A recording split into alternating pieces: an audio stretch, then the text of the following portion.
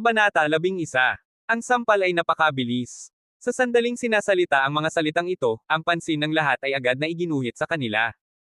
Si Hang Bo-shen ay ngumisi, alam na si Jen Dongye ay dapat na magulo ang deal. Kung hindi man, si Qing Shen ay hindi makikipagtulungan sa ganitong galit sa kanyang mukha. Kapag tinanggal niya si Jendong, ang posisyon ng vice-presidente ay magiging kanya. Pagkatapos ay maaari niyang gamitin ang kanyang kapangyarihan upang makagawa ng isang kapalaran. Nakaharap sa tanong ni Hang Bo, hindi maabala si Jendong na sagutin siya at nakatuon lamang sa pagpitik-pitik sa kanyang desk. Naglakad palabas ng opisina si Qing Shen at inutusan ang kanyang kalihim na tumawag para sa isang pulong. Habang siya ay dumaan kay Jendong, hindi niya ito pinansin, na nagpapahiwatig na galit pa rin siya. Maghintay, pumunta at tawagan ang aking ama upang ang ilang mga tao ay hindi subukan na maglaro ng marumi. Inutusan ni Hang Bo ang kanyang subordinate sa tabi niya. Ang kanyang ama ay ang chairman, kaya kahit na si Jendong ay may ilang pambihirang kakayahan, wala siyang magagawa sa kanya. Si Qing Shen ay dumiretso sa opisina, sinundan ni Jendong at iba pang mga tagapamahala. Kid, nasaan ang kontrata sa Changfeng Group? Kung hindi mo ito magagawa, huwag mong kalimutan ang iyong sarili dito. Sinabi ni Hang Bo-shen, na tumawid ang kanyang mga binti at isang walang malasakit na pagtingin sa kanyang mukha, tulad ng isang tipikal na mayaman na pangalawang henerasyon. Aalis man ako o hindi ay hindi sa iyo. Malamig na sagot ni Jendong, galit na galit sa loob.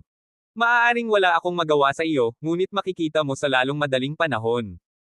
Si Hang Bo ay ngumisi, tiwala na gagawa ng kanyang ama kay Jendong. Ang lahat ng mga tagapamahala ay tumingin kay Jendong na may kawalan ng paniniwala.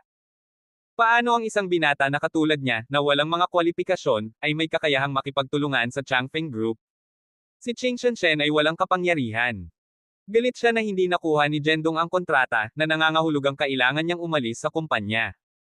Ngunit si Jendong ay kumilos na parang walang nangyari, walang malasakit at walang pag-aalala. Tunay na hindi ko nakuha ang kontrata, ngunit mangyaring maghintay ng kaunti pa. Siguro magkakaroon ng ilang mga hindi inaasahang sorprese. Ngumiti si Jendong at tiningnan ang mga ekspresyon ng lahat. Kita mo, sinabi ko sa iyo. Ang taong walang silbi na ito ay tiyak na hindi nakuha ito, sabi ni Hang Bo-shen, na may isang smug expression, na parang nasa loob ng kanyang inaasahan. Narito si chairman, kumatok ang kalihim sa pintuan at iniulat. Ang isang taong nasa gitnang may edad na may isang hairstyle ng Mediterranean at isang bahagyang labis na timbang na figure ay lumakad. Tatay, sa wakas ay dumating ka. Si Hang Bo-shen ay nagmamadaling bumati sa kanya. Dahil ang taong sumuporta sa kanya ay dumating, hindi na niya kailangang itago. Nagdulot ka ba ng problema para sa iyong kapatid na babae? Ilang beses kong sasabihin sa iyo na alamin mula sa iyong kapatid. Ang grupo ay magiging iyo sa hinaharap. Paano mo ito mapamamahalaan ng maayos? Si Ji Huashen ay naninigarilyo ng isang tabako at huminga ng ilang mga hibla ng usok. Sa ibabaw, pinupuri niya si Qing Shen, ngunit sa katunayan, iginiit niya ang kanyang pangangibabaw. Pagkatapos ng lahat, ang kumpanya ay magiging kanyang anak sa hinaharap. Tatay, ito ay isang pusta sa pagitan niya at sa akin. Nawala siya at tumanggi pa ring aminin ito. Itinuro ni Hang Bo-shen si Jen Dongye, na nagpapanggap na malubha. Ganito ba? May nangahas na kumilos ng walang ingat sa teritoryo ng Shen. Hindi ba niya nais na mabuhay? Si Ji Huashen ay katulad ni Hang Bo-shen, hindi makatuwiran at sinimulang sisihin ang iba nang hindi nauunawaan ang sitwasyon. Sa harap ng lahat, inulit ni Hang Bo-shen ang pusta kasama si Ji Huashen. Dahil iyon ang kaso, Ginoong Ye, ayon sa pusta, mangyaring umalis ka agad. Tumingin si Ji Huashen kay Jen Dongye, nagbabanta ang kanyang tono. Uncle, si Ginoong Ye ang itinalagang vice-presidente ng aking ama. Kung itaboy mo siya, kailangan mong tanungin ang aking ama. Tumayo si Qing Shen at protektado si Jendong. Huwag kalimutan, ipinagkatiwala ng iyong ama ang mga gawain ng kumpanya sa akin ngayon. May karapatan akong tanggalin ang isang empleyado, di ba? Tiningnan ni Ji Huashen ang babaeng ito na naglabas ng kanyang malaking kapatid na hindi nasisiyahan. Hindi inaasahan ni Jendong na tutulungan siya ni Qing Shen. Hindi ba siya galit sa kanya? Ang mga puso ng kababaihan ay talagang mahirap na maunawaan. Si Qing Shen ay nakaupo na galit, hindi makapag-isip ng isang mahusay na solusyon para sa ilang sandali. Chairman, gumawa ako ng isang mapagpipilian sa iyong anak. Hindi pa ito ang huling sandali. Paano mo malalaman na hindi ako magtagumpay? Nang sabihin ito ni Jen Dongye, ang mga mata ng lahat ay nasa kanya. Maaari bang ang batang ito ay talagang nilagdaan ang kontrata? Pagkatapos ay ipakita sa akin ang kontrata. Si Hang Bo-shen ay natural na nadama na nagpapanggap siyang misteryoso at tinanong. Maaari siyang magtagumpay, natatakot ako na hindi pa niya nakita ang mga tao mula sa Changpeng Group. Matapos si Hang Bo-shen, sinalubong siya ng panunuya mula sa lahat. Hindi ko pa natatanggap ang kontrata, ngunit narito ito sa lalong madaling panahon. Si Jen Dongye ay nanatiling kalmado at mahinahon na nagsalita. Ano, gusto mo bang dumating sila at maihatid ito sa iyo ng personal? Si Ji Huashen ay katulad ng kanyang anak na lalaki, sa panunokso kay Jen Dongye. Sa sandaling natapos na siyang magsalita, itinulak ng kanyang sekretarya ang bukas na pinto. Tagapangulo, Ginoong Shen, mayroong isang tao sa labas na nais maghatid ng isang bagay sa iyo. Hindi mo ba nakikita na nasa isang pulong kami? Sabihin mo sa kanila na maghintay sa labas. Nagsalita si Ji Huashen. Ngunit ano? Hindi mo ba maintindihan kung ano ang sinasabi ko? Tiningnan ni Ji Huashen ang kanyang sekretarya, iginiit ang kanyang autoridad bilang chairman. Ano, ang pamilyang Shen ay sobrang mapagmataas ngayon. Tila ako, Changfeng Group, ay hindi sapat na iginagalang. Nang marinig ni Ji Huashen ang mga salitang, Changfeng Group, siya ay pansamantalang natigilan, pagkatapos ay umikot. Si Xu Xiao at maraming iba pa ay nakatayo sa pintuan. Ginoong Xiao, bakit ka napunta ng personal ngayon? Mangyaring umupo at gawin ang iyong sarili sa bahay. Binati siya ni Ji Huashen tulad ng isang aso, na wala ang kanyang dating momentum. Ginoong Xiao, ano ang magdadala sa iyo dito ngayon?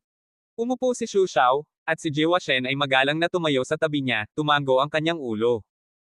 Kahapon, si Xu Xiao ay nagsalita na sa Big Boss sa Northern Union Empire at kinumpirma ang pagkakakilanlan ni Jen Dongye. Matapos marinig ang tugon ng boss, sobrang natakot siya at siya ay nanghihina. Nagbuhos pa siya ng mainit na tsaa para inumin niya, isang tipikal na kaso ng hindi pagmamahal sa buhay. Kaya, maaga kaninang umaga, mayroon siyang libro ng kalihim na The Contract at nagmadali upang maihatid ito kay Jen Dongye. Narito ako ngayon upang maghatid ng isang kontrata sa iyong kumpanya. Ang iyong mga tao ay dumating upang makipag-usap sa amin kahapon, at ang aming boss ay nasiyahan. Ngumiti si Xu Xiao, ngunit iniwasan ang titig ni Jen Dongye, pakiramdam na medyo nagkasala. Ang malaking boss ay malinaw na sa kanya kahapon na hindi ilantad ang pagkakakilanlan ni Jen Dong sa labas. Mahigpit na ikinuyong ni Qing Shenshen ang kanyang mga kamay. Kahapon, ipinangako ni Jen Dongye na bigyan sila ng isang 70% na diskwento. Pupunta ba siya upang pirmahan ang kontrata ng direkta ngayon? Okay. Ginoong Xiao? Mangyaring magkaroon ng isang upuan muna. Pupunta ako at ipaalam sa kanila, sabi ni Hang Bo-shen sa pamamagitan ng mga greeted na ngipin. Kapag nakasign ang kontrata na ito, wala siyang kinalaman dito. Ginoong Shen, mangyaring tingnan muna ang kontrata na ito. Kung walang mga pangunahing issue, mangyaring mag-sign ito, sabi ni Xu Xiao, na ibinigay ang dokumento. Kinuha ni Ji Huashen ang file at maingat na binasa ito. Ginoong Xiao, binibigyan mo kami ng 30% na diskwento. Hindi mo ba ito napunan ng hindi tama? Si Ji Huashen ay nagtanong sa sorpresa. Si Jen Dong ay sumabog sa pagtawa, na umaakit sa atensyon ni Ji Huashen. Kailangan mong umalis ngayon. Hindi ka tinatanggap ng aming kumpanya. Hindi mo ba nakikita na nasa gitna kami ng pag-sign ng isang kontrata? Pinagalitan siya ni Ji Huashen, na itinuro sa kanya ang galit. Kung umalis ka, sa palagay ko hindi maaaring ipagpatuloy ang aming kooperasyon. Tumayo si Xu Xiao at inagaw ang kontrata mula sa kamay ni Ji Huashen, na ibigay ito kay Jen Dongye. Kabanata 12. Paghihinala, ni Har-ang. Ginoong Xiao, narito ang aming chairman. Maaaring hindi nararapat para sa akin na pirmahan ang kontrata, sabi ni Jen Dongye, na nagpapanggap na tumanggi, tinitingnan ang ekspresyon ni Hang Bo-shen, na mukhang natalo. Ang aming malaking boss ay partikular na nagturo nito. Ginoong Ye, dapat mo siyang bigyan ng mukha, sabi ni Xu Xiao, na tinitingnan si Jen Dongye, hindi matapang na matugunan ang kanyang mga mata. Ang taong ito ay simpleng naglalaro ng pipi. Kahapon, nang makipag-usap siya kay Linggayo, nalaman niya kung paano nakakatakot si Jen Dongye. Ginoong Ye, kahapon ay kasalanan ko. Kahit na kung paano mo ako parusahan, hindi ko sasabihin hindi, sabi ni Xu Xiao. Tinapik ang balikat ni Jen Dongye, na nagpapanggap na maging matanda, at kinuha ang dokumento upang pirmahan ang kanyang pangalan. Manager Shen, sa palagay ko nanalo ako sa pusta ngayon. Si Jen Dongye ay nagsabi ng playfully, nakatingin kay Hang Bo-shen. Maswerte ka, bata. Sinabi ni Hang Bo-shen, pinalo ang pintuan ng silid ng komperensya at umalis. Tumingin si Jen Dongye sa iba pang mga tagapamahala. Hanggat nakipag-ugnay siya kay Hangbo, ang mga taong ito ay hindi maglakas loob na gumawa ng problema sa hinaharap. Lahat, may iba pa akong dadaluhan. Aalis na ako ngayon. Si Xu Xiao ay yumuko kay Jendong Ye. Ginoong Ye, malugod kang bisitahin ang Changfeng Group anumang oras na mayroon kang oras, sabi ni Xu bago umalis, naiwan ang nagulat sa karamihan. Mahusay. Tila hindi siya nagkamali ng aking kapatid. Nagawa niyang masecure ang kontrata na ito, na kung saan ay isang malaking pakikitungo para sa Shen Group. Pinalakpakan ni Ji Huashen ang kanyang mga kamay at sinabi, hindi na minamaliit si Jendong. Maaari niyang sabihin na kahit si Xu ay medyo nag-iingat sa batang ito. Salamat sa iyong papuri, Chairman Shen. Mangyaring alagaan ako sa hinaharap. Ngumiti si Jendong. Sa kanyang mga kakayahan, siya ay naging vice-presidente, at wala nang nang-ahas na magchismis tungkol sa kanya. Mahusay. Magkakaroon tayo ng isang pagdiriwang ngayong hapon. Nanalo tayo ng isang malaking kontrata mula sa Changfeng Group, kaya kailangan nating ipagdiwang ng maayos. Hanggat may kita na dapat gawin, si Ji Huashen ay hindi nagmamalasakit sa anumang mga salungatan. Inikot niya ang kanyang kamay at sinabing, ang lugar ay nasa Shenyao Hotel. Nang marinig ito, nasisiyahan ang lahat. Ang Shenyao Hotel ay ang pinakamataas na pamantayang hotel sa Guyuan Empire, at isang lugar ng pagtitipon para sa mga kilalang tao mula sa lahat ng mga kalagayan. Tila si Ji Huashen ay gagastos ng maraming pera sa oras na ito.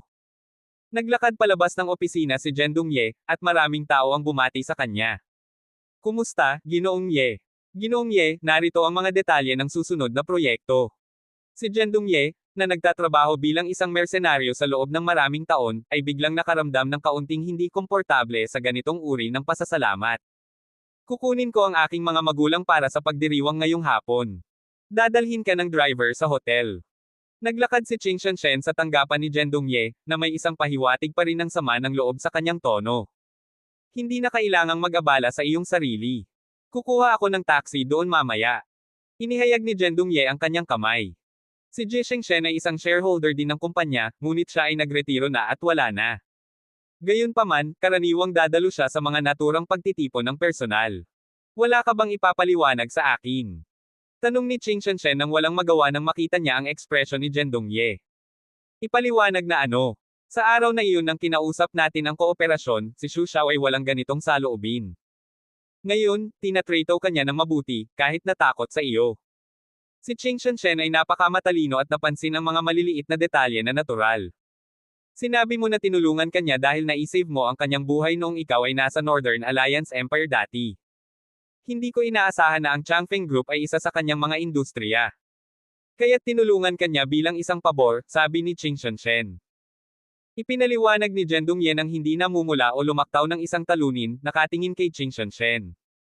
Hindi niya masabi kung nagsisinungaling siya. Tumango si Qing Shen. Kaya, alam mo pa ba ang martial arts? Nalaman ko ang ilang mga kasanayan sa pagtatanggol sa sarili habang naglalakbay, sabi ni Jendong. Nakakakita na ang ekspresyon ni Jendong ay hindi nagbago, si Qing Shen ay pansamantalang naniniwala sa kanya at naglakad palabas ng opisina. Tandaan na dumating sa oras. Pupunta muna ako sa aking mga magulang, aniya. Pinanood ni Jendong ang kanyang pag-iwan at umupo sa kanyang upuan, nagbubuntong hininga. Tiningnan niya ang mga dokumento at bago niya alam ito, hapon na. Kailangan niyang pumunta sa Shenyao Hotel ngayon. Ginoong Ye, ako si Wang Yu, ang tagapamahala ng Departamento ng Marketing.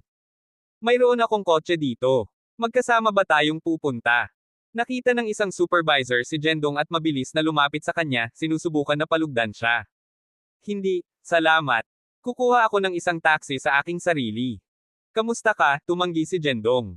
Mas gugustuhin niyang sumakay ng taxi kaysa napapalibutan ng mga sycophant na ito. Tumango ang supervisor, nakakaramdam ng isang malakas na pakiramdam ng pang-aapi mula kay Jendong. Naglakad palabas si Jendong at naramdaman ang kanyang bulsa, na pagtanto na may isang paglubog na pakiramdam na iniwan niya ang lahat ng kanyang mga card sa bangko sa kanyang bag. Mayroon lamang siyang maliit na cash sa kanya, na hindi sapat para sa isang taxi. Nagatubili siyang tawagan si Qing Shen at hilingin sa kanya na lumapit at kunin siya. Mukhang medyo nakakahiya. Walang magawa, maaari lamang siyang sumakay sa bus. Nang makarating siya sa Shenyao Grand Hotel, gabi na. Maraming mga luho na na-import na kotse ang nakapark sa labas ng hotel, isang malinaw na indikasyon ng mataas na katayuan ng kanilang mga may-ari. Maraming mga kalalakihan ang suit sa pasukan, at sumulyap kay Jendong sa kanyang sariling kasuotan. Nagbihis siya sa sportswear at isang pares ng mga creased sneaker, na pinalaya siya mula sa iba. Gayunpaman, naakit din niya ang atensyon ng maraming tao. Sino ang banyagang ito? Paano siya namamahala upang makarating dito?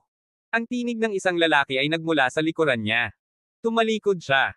Ang isang tao sa isang suit at sapatos na katad ay may hawak na isang baso ng alak at tinitingnan siya ng disdain. Sa tabi niya ay isang babae sa isang formal na damit, pinching ang kanyang ilong na may dalawang daliri at mukhang naiinis. Seguridad, ano ang kinakain mo? Maaari bang may pumasok dito? Sinumpa ng lalaki at tinawag ang mga security guard na tinitingnan si Jendong. Kaibigan ko, mayroon bang mga patakaran dito tungkol sa kung sino ang maaaring makapasok? Tinukoy ba na hindi makapasok ang mga aso?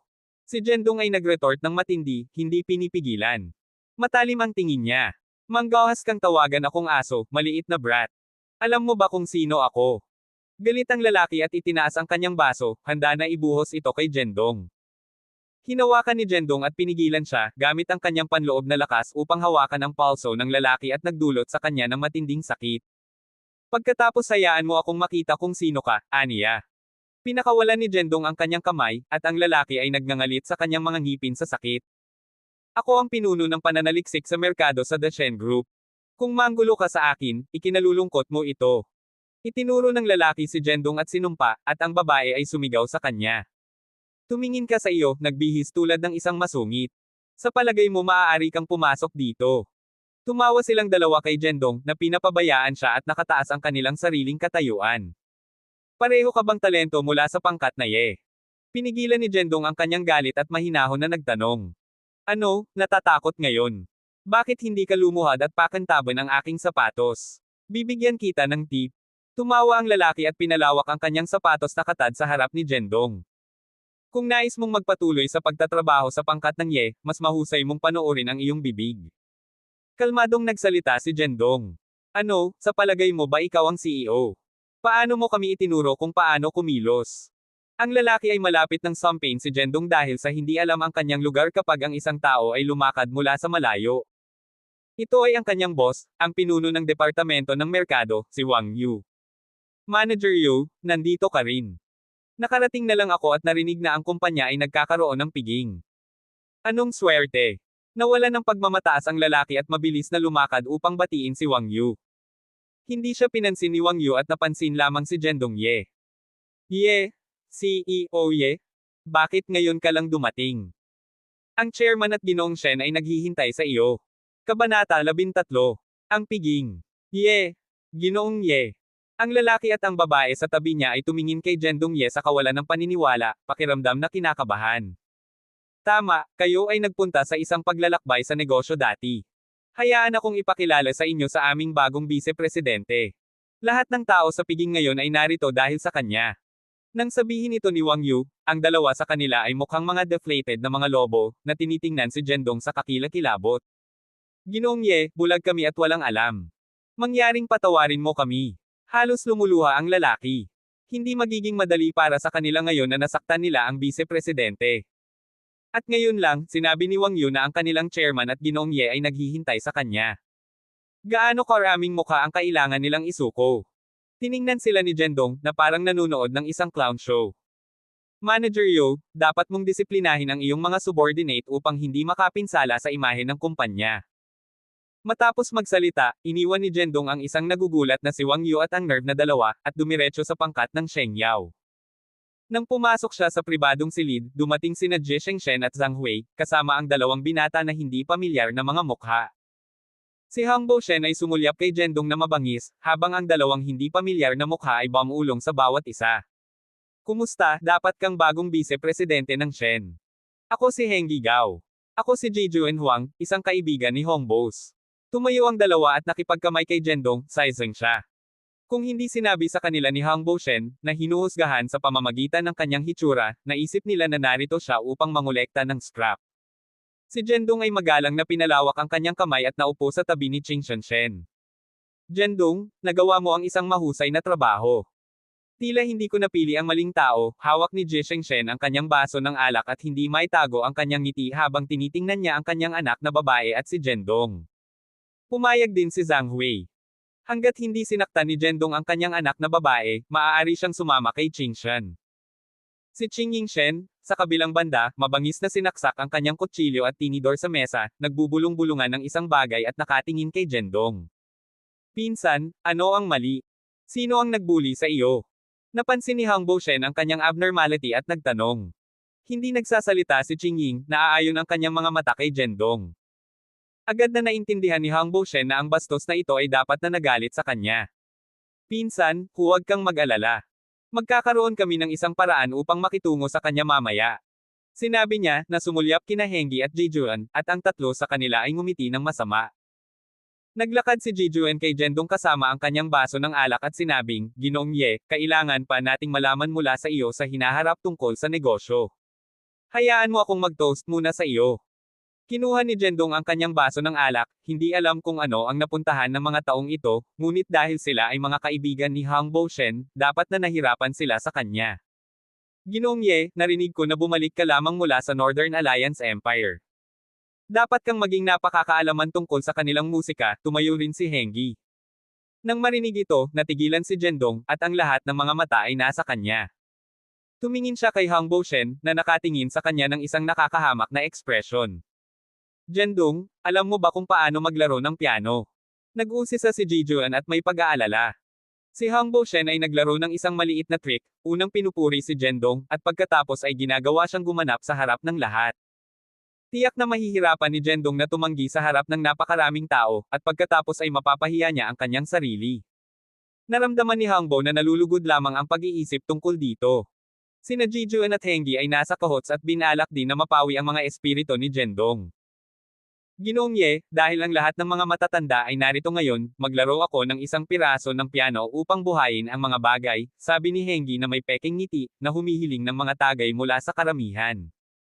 Naglakad siya hanggang sa entablado sa silid kainan, at may nagdala ng piano sa entablado. Umupo siya sa upuan at nagsimulang maglaro ng isang piraso.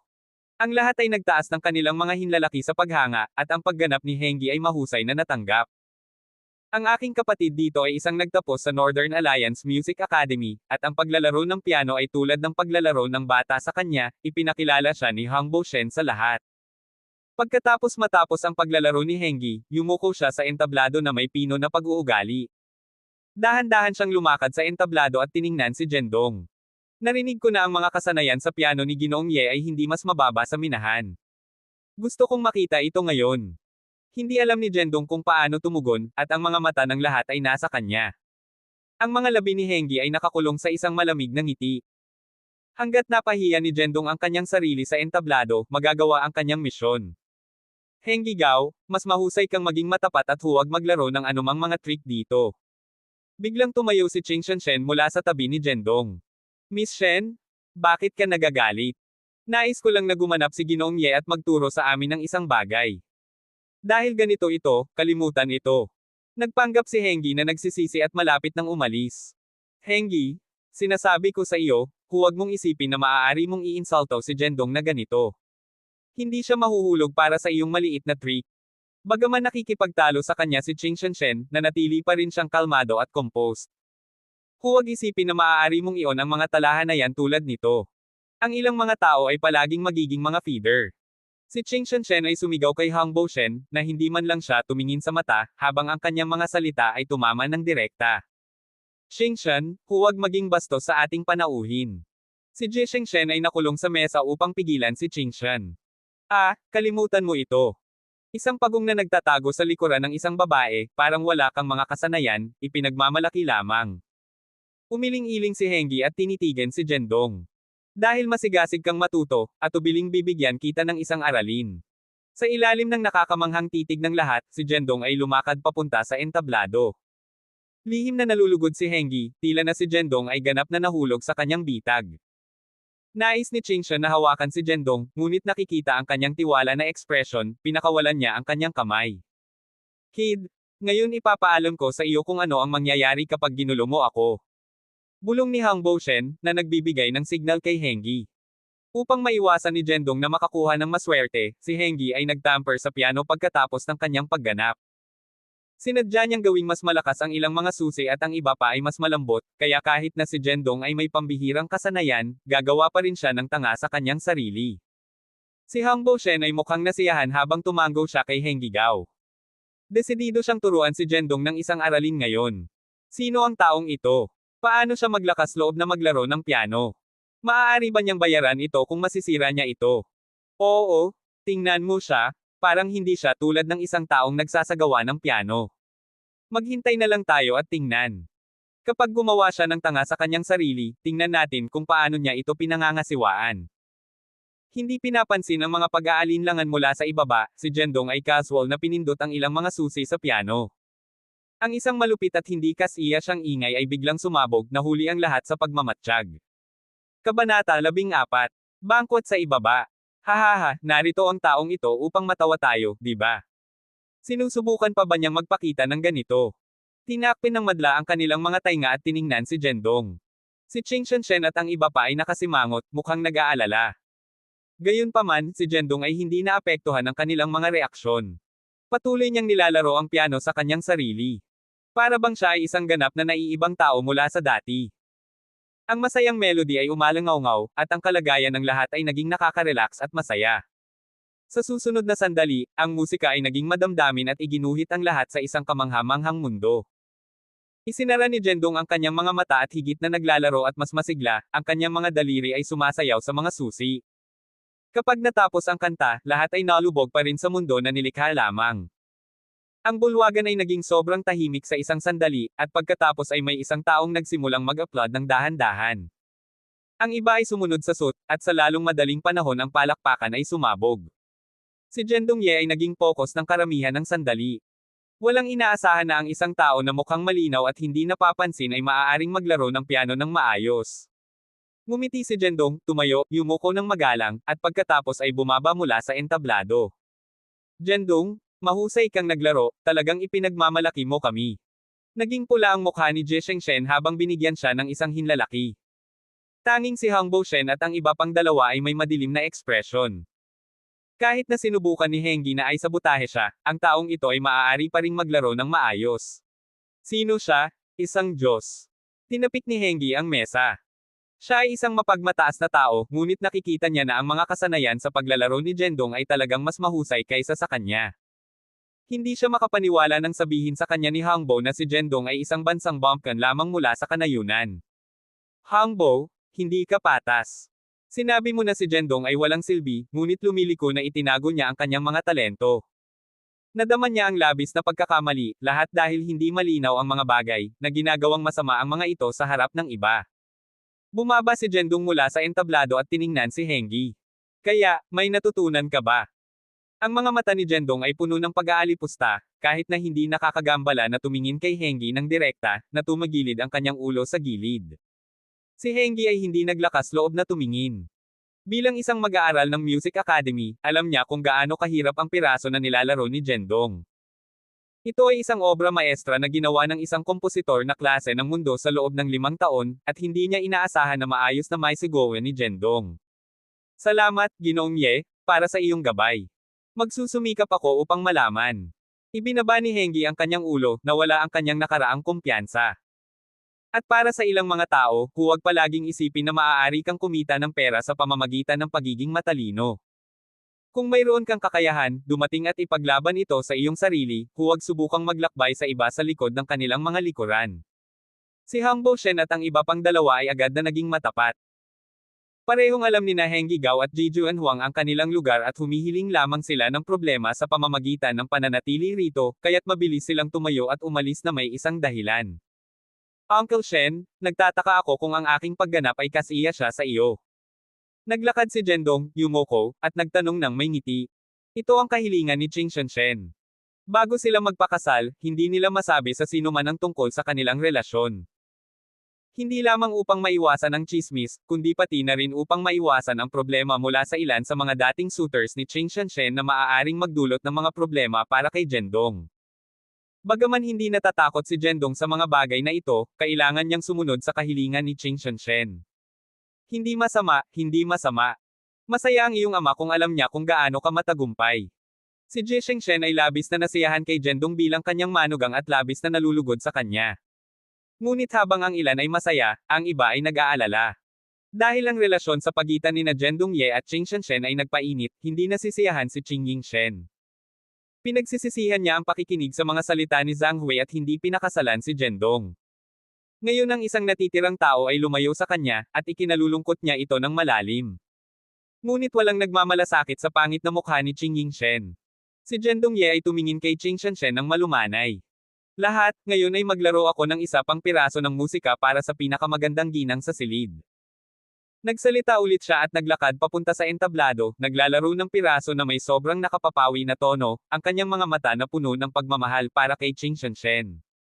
Matapos ang piraso, kahit na ang karaniwang aloof Qing Shengshen ay sumaklaw sa kanyang bibig at lumipat sa gilid.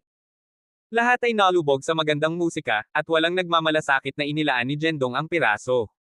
Marahil ay hindi nila naisip na sina Jendong Ye at Qing Shengshen ay nakikibahagi na. Inilaan ni Hang Boushen na mapahiya si Jendong, ngunit hindi niya inaasahan na siya ay nakawin ang palabas. Maraming tao ang kumuha ng kanilang mga telepono at naitala ang dalawang pagtatanghal ni Jendong. Si Hang Bo ay hindi pa rin nasiyahan at nag-iisip ng isang bagong diskarte upang magpatuloy sa pag-target kay Jendong. Natapos ang piging, at lahat ay nasa sabik pa rin at masaya. Gayunpaman, nang umalis na sila, may 3 upuan lamang ang naiwan sa kotse ni Qing Shengshen. Si Ji Shengshen, Zhang Hui, at Qing Yingshen ay tumagal ng lahat ng mga upuan. Si Jendong ay naiwan ng walang upuan, at dahil wala siyang oras upang bumili ng kotse, hindi alam ni Qing Shengshen kung ano ang gagawin. Okay lang, Qing Shen. Maaari mong dalhin muna ang iyong mga magulang. Maglalakad ako pabalik.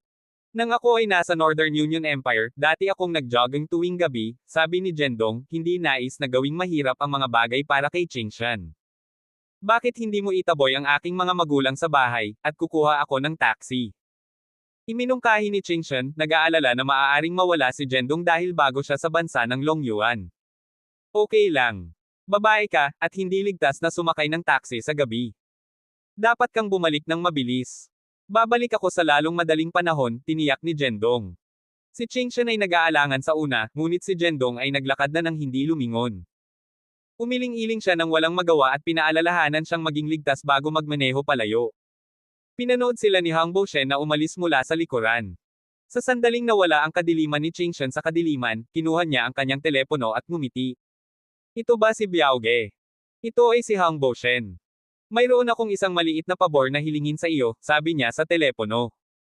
Matapos marinig ang tugon mula sa kabilang dulo, tumango si Hang Bo sa kasiyahan at tiningnan si Jendong, na naiwan na nag-iisa, nagbubulong sa kanyang sarili. Medyo mayabang ka, hindi ba? Ngayon, sisiguraduhin kung hindi ka makalakad ng isang araw. Matapos magsalita, sumunod siya sa likuran ni Jendong sa isang nakakalusot na paraan, na pinapanatili ang layo ng 10 metro. Kung siya ay natuklasan, magiging problema siya. Medyo pagod si Jendong at walang tigil na naglalakad. Ngayon ang maisip niya ay ang hitsura ni Qing Shengshen. Lalo na ngayong gabi, ang paraan ng pagkilos niya sa kanya ay naging lihim na nalulugod si Jendong. Sa sandaling ito, ang tunog ng isang screeching ng kotse ay huminto ay nagmula sa likuran ni Jendong, at isang puting van ang tumigil sa tabi niya. Alerto, agad na naging matino si Jendong. Dati siyang isang mersenaryo, kaya mayroon pa rin siyang intuition. Maraming mga kabataan na may makulay na buhok ang lumabas sa puting van, naninigarilyo pa rin ng sigarilyo at mukhang mayabang. Hoy, bata! Ikaw, Jendong? Di ba? Isang kabataan na may suot na katad na jacket at isang hikaw na itinuro kay Jendong at nagtanong. Hindi mo na alam. Bakit mo ako tinatanong? Kabanata 15. Naghahanap ng problema, Jendong ay ngumisi bilang tugon. Nagalit ang lalaki na naka-jacket nang marinig ito. Kid, alam mo ba na may nag-upa sa amin upang magturo sa iyo ng isang aralin? Inihayag din ng lalaki ang kanyang tunay na hangarin, at ang kanyang mga kakulangan sa likuran niya, lahat ay may hawak na mga club, mukhang mga kawatan mula sa mga kalye. Turuan mo ako ng isang aralin. Mayroon ka bang mga kwalifikasyon? Jendong chuckled. Narinig niya ang tungkol sa pagiging walang ingat ng kabataan, ngunit hindi pa niya naririnig ang isang taong walang ingat sa kanilang buhay. Tila na kung hindi ko ipakita sa iyo ang ilang kulay ngayon, hindi mo malalaman kung gaano mo timbangin. Nagalit ang lalaki na naka-jacket. Ang karagdagang pakikipag-usap kay Jendong ay walang saysay, kaya't nagpasya siyang magturo sa kanya ng isang aralin ng direkta. Mga kapatid, sinabi ng boss na pagkatapos magturo sa kanya ng isang aralin, lahat tayo ay pupunta sa bar ng bango ng gabi, at retretuhin tayo ni Biao. Ang pangkat ng mga kakulangan sa likuran niya ay naging nasa sabik, na pinalaki ang kanilang mga armas at pagpapasaya. Si Jendong ay pansamantalang hindi nagsasalita. Paano siya nahuli sa mga bagay na ito? Pagkatapos ay magkasama tayo. Naghihintay sa akin ang asawa ko sa bahay. Si Jendong ay medyo pagod at nagsalita mula sa pagliko. Hindi ko akalain na makikita mo ang asawa mo ngayong gabi. Ang tao na naka-jacket ay kumalas sa kanyang kamay at nag-sneered, at ang grupo ng mga kakulangan sa likuran niya ay agad na napapalibutan si Jendong. Sumando si Jendong sa dingding, umiling-iling, at pinilit ang kanyang sarili na matino. Ah! Ang isang mas nakakainis na binata ay nagtaas ng kanyang club at sumigaw, na iginuguhit ito patungo sa ulo ni Jendong. Sa pamamagitan ng isang mabilis na sidestep, si Jendong ay umiwas sa gilid. Ang taong katabi niya ay hindi pa nagreaksyon nang sipain siya ni Jendong, na tumama siya sa pader. Ang pagkilos ay nangyari sa isang split na segundo, at bago pa sila magreaksyon, ang isa sa kanilang sarili ay natamba. Ang binata na ipinadala na napaatras ay kumapit sa kanyang dibdib, umuubo ng dugo at nagbubugbog sa sakit. Malinaw na kinuha niya ang isang seryosong suntok. Sama-sama tayong umatake. Ano ang hinihintay natin? Sigaw ng tao na naka-jacket, napahiya na natalo sila sa isang tao lamang. Ang natitirang mga thugs ay hindi nag-atubiling, pag-swing ng kanilang mga club sa iba't ibang mga bahagi ng katawan ni Jendong. Ngunit ang bawat galaw ay hindi maiwasan ni Jendong, na pagkatapos ay gagamitin ang kanyang mga paa upang bumagsak ng isa pang umaatake. Sa loob lamang ng 2 minuto, marami sa kanila ang naipadala na napaatras, at malinaw na nasugatan sila. Ito ay si Jendong na pinipigilan. Kung nakikipaglaban siya bilang isang mersenaryo, ang isang sipa ay sapat na upang patayin ang kanyang mga kalaban. Ang natitirang mga thugs ay masyadong natatakot upang magpatuloy, tinitingnan ang kanilang mga nasugatan na kasama at pakiramdam na natakot. Jendong dusted off ang kanyang damit at lumakad papunta sa lalaki na naka-jacket. Sinabi mo na nais mong turuan ako ng isang aralin, di ba? Halika, huwag hayaang tingnan ka ng iyong mga kakulangan. Pinahiya siya ni Jendong, nang ahas siyang gumawa ng isang pagkilos. Ang tao na naka-jacket, galit na galit at napahiya, kinuha ang isang club mula sa lupa at inikat ito kay Jendong. Hinarang ni Jendong ang stick gamit ang isang kamay at clenched ang isa pa sa isang kamao, na naghahatid ng isang malakas na suntok. Ang stick ay kumalas laban sa kanyang braso, at ang tao na naka-jacket ay ipinadala na napaatras papunta sa van sa pamamagitan ng kanyang suntok. Crash! Binuksan ang pintuan ng van, at isang muscular na lalaki ang lumabas dito. Ang taong muscular ay tumingin sa kanyang mga subordinate na lahat ay natamba, at ang kanyang mukha ay agad na natulala. Ang isang bungkus ng mga walang saysay na tao, hindi maaaring hawakan ang isang tao. Itinulak ng taong muscular ang kanyang mga subordinate at, sa tulong ng lampara ng kalye, nakita ng malinaw ang mukha ni Jendong. Nakita rin siya ni Jendong at ang kanyang mukha ay mukhang hindi kasiya siya. Hindi ka ba ang huminto sa akin sa huling oras? Paano ka na lumabas sa bureau ng lungsod ng patrol sa lalong madaling panahon? Nakita rin ng muscular na si Jendong at naalala ang eksena kung saan ang kanyang 3 kapatid ay brutal na binugbog sa kanya noong nakaraan. Hindi niya maiwasang umiwas. Ginoong Ye, hindi namin alam na ikaw ito. Kung alam namin, kahit na may 10 beses kaming katapangan, hindi kami maglakas loob na gawin ito. Ang muscular na tao na lamang ang nanunuya sa kanyang mga subordinate na walang silbi ay biglang nag-deflated at patuloy na humihingi ng tawad. Kapatid na Jendong, kung maaari mo kaming patawarin, magpapasalamat kami. Narinig ng muscular na lalaki kung ano ang sinabi ng kapitan ng City Patrol noong araw na iyon. Si Jendong ay mula sa pamilya ng Ye, at hindi nila kayang masaktan siya. Patawarin ka. Pinalibutan mo ako dito sa kalagitnaan ng gabi, at ngayon gusto mo akong patawarin. Posible ba iyon? Si Jendong ay nagsabi ng hindi ka nais-nais. Boss, ano ang kinakatakutan mo?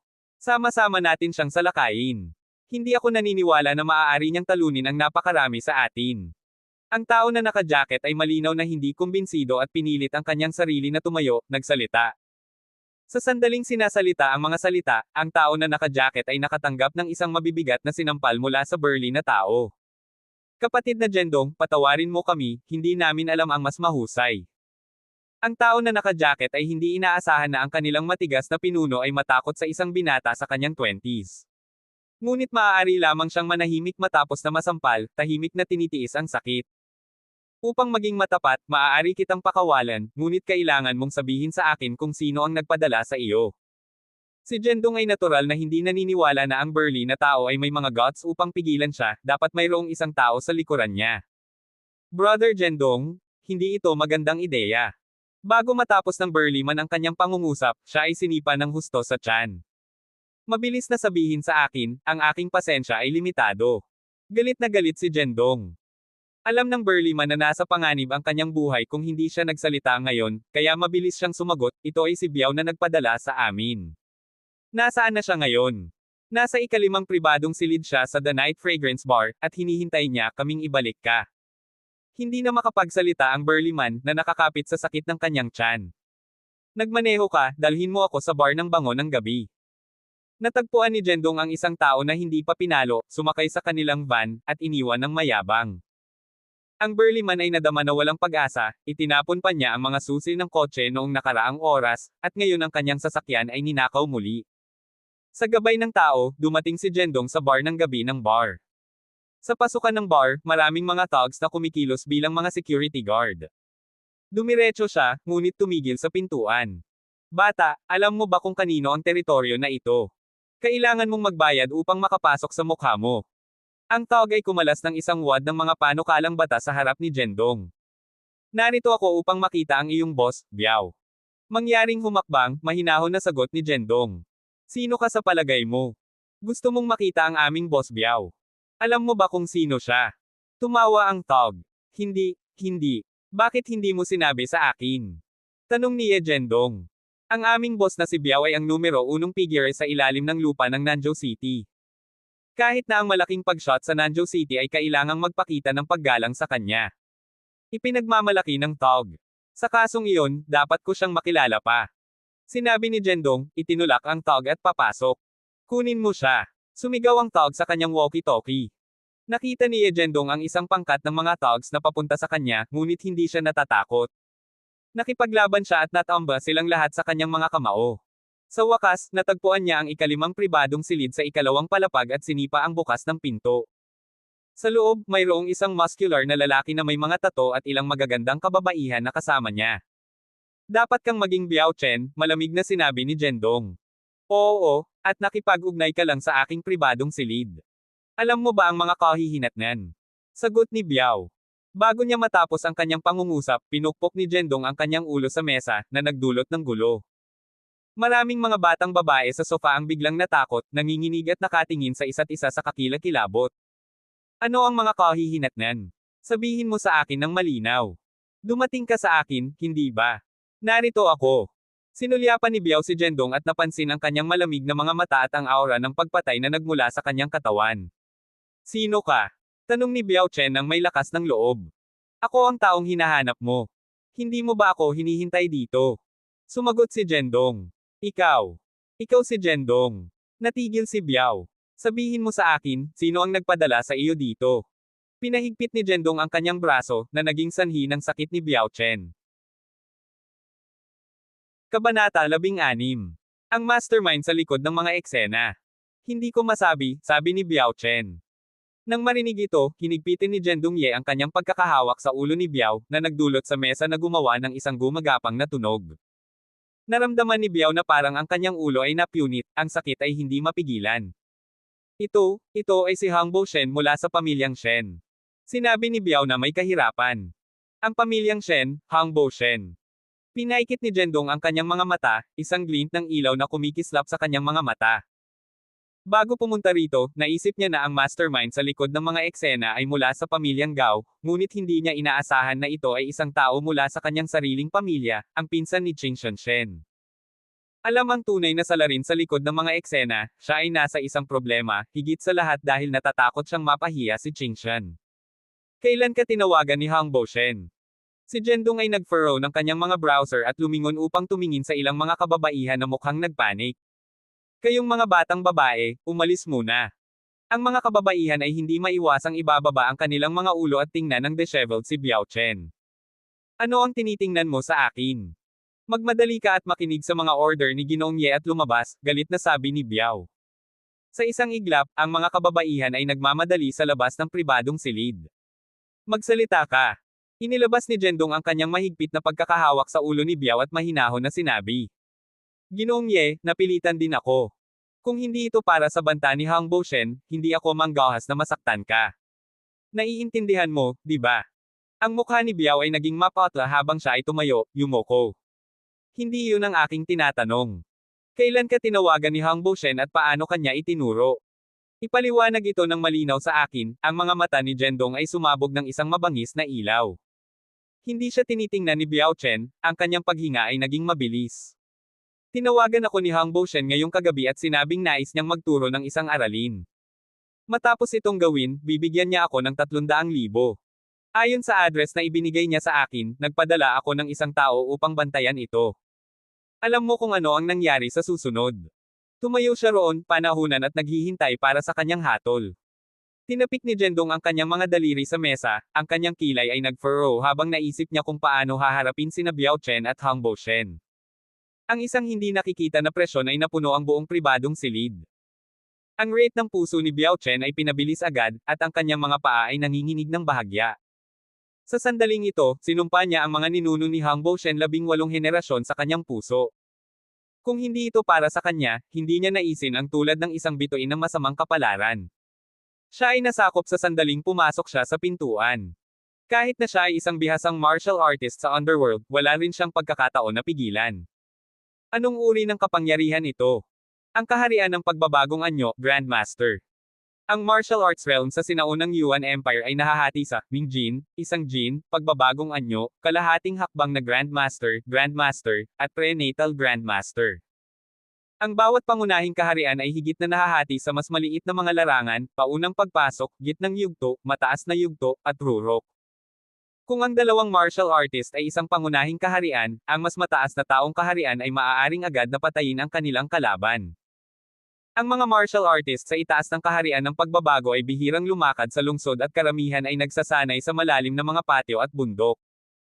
Ang mga nakarating sa kaharian na ito ay ang lahat ng mga matatandang tao na higit sa 50 taong gulang, na walang malasakit sa mga makamundong gawain at hinabol lamang ang mga misteryo ng martial arts. Natatakot si Biao Chen sa ilang mga kadahilanan, ngunit ang pinakamahalaga ay si Jendong ay napakabata at mayroon pa ring malaking kapangyarihan. Biao, hahayaan kita sa oras na ito. Ngunit kung mahuli kita o ang iyong mga kalalakihan na gumawa ng anumang nakakapinsala muli, ang mga kahihinatnan ay hindi magiging simple. Naiintindihan mo ba? Tinitigan siya ni Jendong at mahinahon na sinabi. Salamat, Ginoong Ye. Ipinangako ko na hindi na ako gagawa ng ganito. Patatakbuhin ko ng maayos ang aking negosyo sa bar, malakas na ipinangako ni Biao Chen.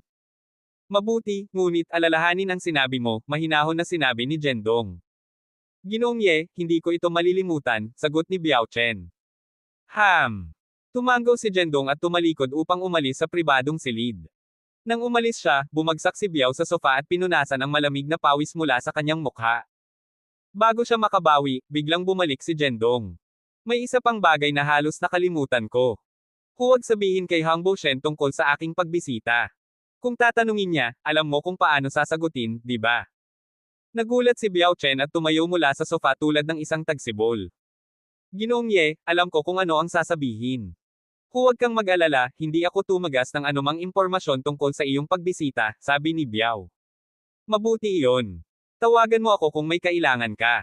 Si Jendong ay kumuha ng isang card ng negosyo at mahinahon na sinabi. Tulad ng malapit na siyang umalis, ang pribadong silid ay tumunog na may isang kagyat na tawag sa telepono. Ang ringtone ay nagmula sa bulsa ni Biao Chen. Sagutin ang telepono, sabi ni Jendong. May pakiramdam siya na ito ay ang pagtawag ni Hang Boushen, at malinaw ang kanyang layunin, nais niyang malaman ang resulta. Mabilis na kinuha ni Biao ang kanyang telepono at naskan ito, na nagsasabing, Ginoong Ye, ito ay pagtawag mula kay Hang Boushen. Dapat ko bang sagutin ito? Oo, ilagay ito sa speakerphone. Okay, Ginoong Ye. Sinagot ni Biao ang telepono at inilagay ito sa speakerphone. Di nagtagal, isang boses ang dumating sa pamamagitan ng telepono, Biao, paano napunta ang mga bagay? Binasa ni Biao ang kanyang lalamunan at tiningnan kay Jendong, na nagpapahiwatig kung paano sasagutin. Pinahaba ni Jendong ang kanyang kamao. Naunawaan ni Biao ang kanyang kahulugan at huminga ng malalim, na nagsasabing, Ginoong Hangbo, ginawa ko habang itinuro mo at nagpadala ng isang tao upang maghanda upang talunin ang taong iyon na apelyidong Ye. I didn't expect him to beat off and take down all of my men. Biyaw, walang silbi ka. Hindi mo mahawakan ng isang tao sa napakaraming tao. Ang pamilyang Shen ay sumusuporta sa iyo ng maraming taon nang wala. Si Hangbo Shen ay sumumpa ng malakas sa telepono, ang kanyang galit ay tumataas. Pasensya na, Ginoong Hangbo. Kasalanan ko na hindi gumawa ng magandang trabaho, sabi ni Biao sa isang mababang boses. Pagkatapos magsalita, sinulyapan niya si Jendong. Pagkatapos ng lahat, ang pangunahing karakter ay naroroon, at hindi siya naglakas loob na sabihin ang anumang bagay na wala sa linya. Marahil dahil may magandang pag-uugali siya, si Hangbo Shen sa kabilang dulo ng telepono ay hindi patuloy na sinisisi siya. Biao, saan napunta ang tao pagkatapos niyang talunin ang iyong mga kalalakihan? Ang kanyang mga salita ay napuno ng puot. Ginoong Hangbo, binugbog niya ang aking mga kalalakihan at pagkatapos ay dumiretso sa bahay, tila. Bumalik sa pamilyang Shen. Medyo nagulat si Hangbo Shen sa telepono. Pagkaraan ng ilang sandali, sinabi niya ng malamig, hindi mo na kailangang mag-alala tungkol sa bagay na ito. Kung hindi mo mahawakan ng isang maliit na bagay, talagang nagagalit ako. Kailangan kong maghanap ng isang tao mula sa Qingmo Pavilion. Gamit iyon, ibinaba niya ang tawag sa telepono. Si Biao Chen ay awkwardly na inalis ang kanyang telepono at tinanong, Ginoong Ye, kailangan mong mag-ingat, kay Ginoong Shen. O hindi, ito ay si Hangbo Shen. Sinabi lang niya na makakahanap siya ng isang tao mula sa Qingmo Pavilion upang makitungo sa iyo. Kailangan mong maging maingat, mabilis niyang naitama ang kanyang sarili. Tumingin si Jendong sa kanya na medyo nagugulat at tinanong, Qingmo Pavilion. Ano ang lugar na iyon? Tiningnan ni Biao Chen si Jendong sa sorpresa, na nagtataka kung paano hindi alam ng isang makapangyarihang tao ang tungkol sa Qingmo Pavilion sa Nanzhou City. Bagaman nagulat siya, mabilis siyang sumagot, Ginoong Ye, ang Qingmo Pavilion ay isang underground boxing gym na sikat sa Nanzhou City. Pangunahin nilang may hawak na iba't ibang mga tugma sa boxing, at ang lahat ng mga mandirigma ay may mga eksperto. Sa puntong ito, sa wakas ay naintindihan ni Jendong ang hangarin ni Hangbo, nais niyang makahanap ng mga eksperto mula doon upang makitungo sa kanya. Gaano kataka? Maaari ba talaga itong gawin ng mga taong iyon? Ngumiti siya ng bahagya, na may isang pahiwatig ng panunokso sa kanyang mukha. Qingmo Pavilion, nakikita ko. Kalmado ang ekspresyon ni Jendong, at mahinahon siyang ngumiti, Biao, tawagan mo ako kung mayroon kang anumang balita. Oo naman, sigurado. Nagkibit balikat si Biao Chen at ngumiti ng hindi sinasadya. Kabanata 17. Konspirasyon sa madilim. Nang bumalik si Jendong sa pamilyang Shen, it was already past 2 o'clock in the morning. Nakakagulat na si Qing Shenshen ay hindi pa natulog at nakaupo sa sofa sa sala na nanunood ng TV. Bakit ka bumalik sa huli? Agad na tumayo si Qing Shen at nagreklamo sa isang mapanglo na ekspresyon nang makita si Jendong na bumalik. Oh! Dumaan ako sa tabi ng ilog at maganda ang tanawin, kaya't naglakad ako at hindi ko napansin ang oras. Casual na binubuo ni Jendong ang isang dahilan at tinanong, hindi ka pa rin natutulog sa huli na oras na ito, ikaw ba? Naghihintay sa akin. Kahit na nahulaan niya ng tama, nahihiya si Qing Shen na aminin ito at ang kanyang mga pisngi ay naging pula habang sinabi niya, ikaw. Huwag mag-flatter ang iyong sarili. Mayroon akong hindi pagkakatulog at hindi makatulog. Sino ang naghihintay sa iyo? Sa kabila ng kanyang mga salita, si Jendong ay hindi tanga at alam na niya ang sagot mula sa mga mata ni Qing Shenshen. Masarap na magkaroon ng isang taong naghihintay para sa kanya sa bahay at nababahala tungkol sa kanya. Agad na nadama ni Jendong ang isang pakiramdam ng pag-aari. Dahil bumalik ka, dapat kang magpahinga ng maaga. Huwag kalimutan na kailangan mo pa ring magtrabaho bukas ng umaga. Si Qing Shen ay medyo nahihiya pa rin at mabilis na bumalik sa kanyang silid pagkatapos magsalita. Bumalik din si Jendong sa kanyang sariling silid, ngunit sa halip na magpahinga, binuksan niya ang kanyang laptop at pumasok sa isang espesyal na website. Ito ay isang website ng impormasyon sa underground na klase sa ilalim ng lupa na binubuo ng isang pangkat ng mga nangungunang hacker. Naitala ng website ang impormasyon tungkol sa iba't ibang mga puwersa sa mga pangunahing imperyo at lungsod, na ginagawa itong isang napakalaking website ng impormasyon ng katalinuhan. Dahil sa espesyal na kalikasan ng website, hindi ito ma-access sa pangkalahatang publiko. Una sa lahat, ang website ay hindi kumonekta sa port ng turista at magagamit lamang sa mga taong may pagkilala sa pagkakakilanlan. Bilang karagdagan, ang mga gumagamit ng website ay nahahati din sa maraming mga antas, mula sa mababa hanggang mataas, mga sundalo, general, commander, representante na commander, at mga hari ng digmaan. Natukoy ng antas ng gumagamit ang kanilang mga karapatan sa pag-browse sa loob ng website. Halimbawa, ang isang ordinaryong gumagamit ng sundalo ay maaari lamang mag-browse sa pinakamababang antas ng katalinuhan, habang ang pinakamataas na antas ng mga gumagamit ng War King ay maaaring mag-browse sa lahat ng katalinuhan na inalok ng website. At ang antas ng ginagamit ni Jendong ay ang pinakamataas, antas ng War King. Ching Mohol. Si Jendong ay nagbulong, nagtatype ng 3 salitang ito sa website. Pagkalipas ng 1 segundo, isang serye ng mga pagpapakilala tungkol sa Ching Mohol ay lumitaw. Tulad ng sinabi ni Biao Chen, ang Ching Mohol ay isang kilalang underground boxing gym sa Nanzhou City, na madalas na nag-ayos ng ilang mga tugma sa boxing. Bukod dito, ang mga tugma na hawak ng Ching Mohol ay hindi ordinaryong. Ayon sa pagpapakilala, ang karamihan sa mga kalahok ay mga martial artist, at mayroong mga talaan ng mga martial artist sa pagbabagong anyo ng kaharian. Bagaman ang kaharian ng pagbabagong anyo ay walang iba kundi ang mga ant sa mga mata ni Jendong, ang mga martial artist na ito ay napakalakas sa mundong mundo. Ang katotohanan na ang mga martial artist sa antas na ito ay lumahok sa kompetisyon ay nagpakita na ang pundasyon ng Ching Mohol ay napakalakas pa rin. Ching Mohol, tila maaari akong pumunta at magkaroon ng isang tingin kapag may oras ako. Nagbulong si Jendong, na may isang mapaglarong curve sa sulok ng kanyang bibig. Sa isang pribadong silid ng isang entertainment club. Ang mga mainit at sexing kababaihan ay sumasayaw sa silid na pulang ilaw, habang ang dalawang lalaki ay nakaupo sa sofa sa harap, tinatangkilik ang sayaw ng mga kababaihan. Ang isa sa kanila ay si Hang Bo Shen, at ang isa ay tumingin sa parehong edad tulad ni Hang Bo, ngunit ang kanyang aura ay mas malakas kaysa kay Hang Bo. Nakaupo lang doon, maaari niyang gawin ang mga tao na makaramdam ng isang malaking presyon. Brother Bean, ito ang larawan ng bata. Hanggat hindi siya patay, magagawa mo ang nais mo. Matapos magawa ang trabaho, bibigyan kita ng halagang ito. Inilagay ni Hang Bo Shen ang larawan ni Jendong, na lihim na kinuha niya sa pagdiriwang ngayon, sa mesa at ipinakita ang 5 daliri sa taong katabi niya. Binjo? Ang taong ito ay ang unang pilak na medalya ng Ching Mohol, at sinabi na ang kanyang lakas ay nakarating na sa madilim na panahon ng enerhiya 2 taon na ang nakalilipas. Siya ay isang kilalang master sa Nanzhou City. Si Hang Bo Shen ay orihinal na nais na ipadala si Biao Chen upang turuan si Jendong ng isang aralin, ngunit hindi niya inaasahan na mas mahirap na harapin si Jendong kaysa sa naisip niya. Upang maibulalas ang kanyang galit, kailangan niyang lumingon kay Bin sa halip. Nakita ni Hang Bo Shen ang lakas ni Binjo dati, at hanggat handa siyang gumawa ng isang pagkilos, si Jendong ay hindi tatayo ng isang pagkakataon. Ginoong Shen, alam kong mayaman ang iyong pamilya, ngunit ako, si Binjo, hindi na nangangailangan ng pera. Bakit ko ibababa ang aking katayuan at kumilos bilang iyong upahan na tawag para sa kaunting pera? Malamig na sabi ni Bin na may ngiti. Nang marinig ito, masikip ang puso ni Hang Bo. Ano ang ibig niyang sabihin? Nagreklamo ba ang taong ito na ang pera ay hindi sapat at nais ng higit pa, o ayaw niyang tulungan siya? Kung kahit sino pa, si Hang Bo ay tatanungin ng walang tiyaga, ngunit ito ay si Bin, ang pilak na medalya ng Ching Mohol, at kahit na si Hang Bo ay hindi naglakas loob na maging masyadong mapangahas sa harap niya. Ano ang gusto mo pagkatapos, Brother Bin? Tanong niya ng pansamantala. Pera, hindi ko kailangan.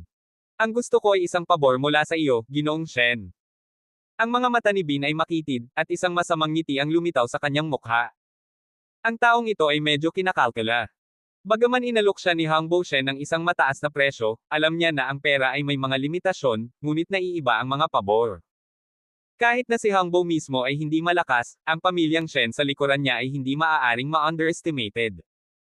Kung makakakuha siya ng isang pabor sa pamamagitan ng pagtuturo sa kanyang kaaway ng isang aralin, magiging isang surefire deal. Anyway, ang taong ito sa larawan ay mukhang isang ordinaryong tao, at hindi ito gaanong pagsisikap na turuan siya ng isang aralin. Walang problema, hanggat maaari mo akong tulungan na maghiganti, ako, si Hang Bo Shen, may utang sa iyo. Kung kailangan mo ng anumang bagay sa hinaharap, tawagan mo lang ako. Naunawaan ni Hang Bo Shen ang kahulugan ni Binjo at kaagad na sumang-ayon.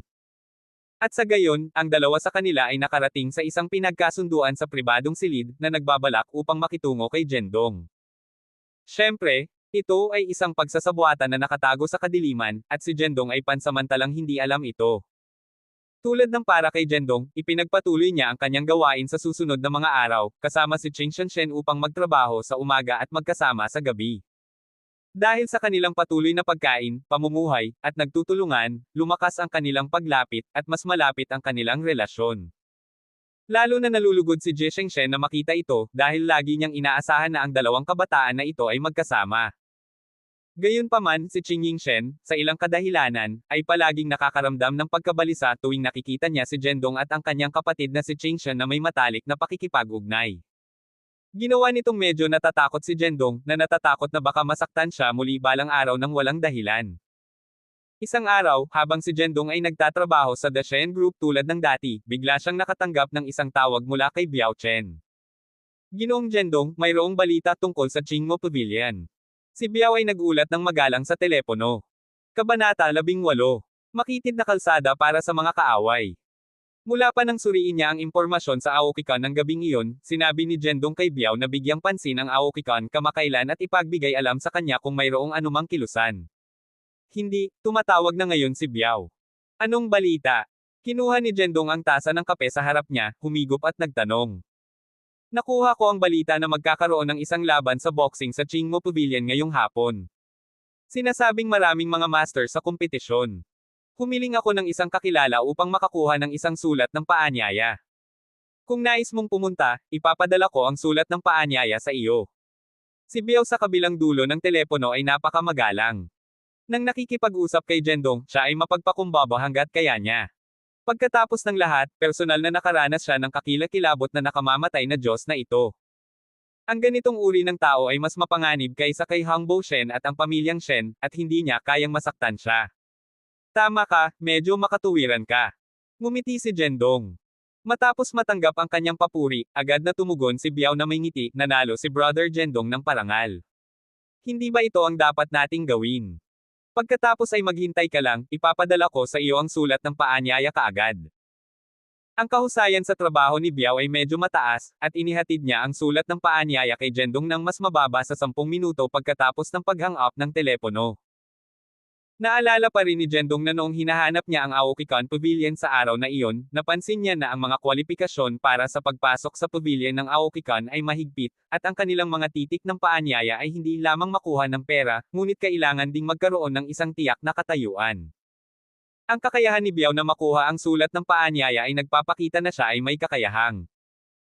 Bagaman sa lakas ni Zhendong, hindi siya nag-aalala tungkol sa mga maliliit na trick ni Hangbo Shen sa likuran ng kanyang likuran, ngunit dapat siyang magbantay laban sa iba, lalo na kung alam niya na ang tao ay naghahanap ng isang tao mula sa Aokikon upang makitungo sa kanya, mas hindi makatuwiran na umupo ay hindi pa rin gumagalaw. Hindi ito isang katanungan na natatakot o hindi, ngunit isang pakiramdam ng krisis upang maiwasan ang mga problema bago mangyari ito. Si Zhendong ay ipinanganak bilang isang mersenaryo.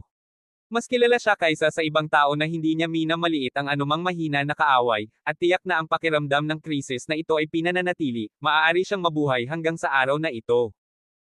Iyon ang dahilan kung bakit naisip niya na pumunta sa Aokikon Pavilion upang tumingin, kapwa wala sa isang pakiramdam ng krisis at bahagyang wala sa pag-usisa. Pagkatapos ng tanghalian, si Zhendong ay dumating sa pintuan ng tanggapan ng pangkalahatang tagapamahala at kumatok ng basta-basta. Halika! Pinakinggan ang tugon ni Qing Shen mula sa loob, binuksan niya ang pintuan at pumasok. Ano ang problema? Ano ang problema? Si Qing Shen ay tumitingin sa dokumento sa ngayon, at inilagay ito nang pumasok si Zhendong. Ano ang ibig mong sabihin, hindi ba ako makarating sa iyo kung wala akong magawa?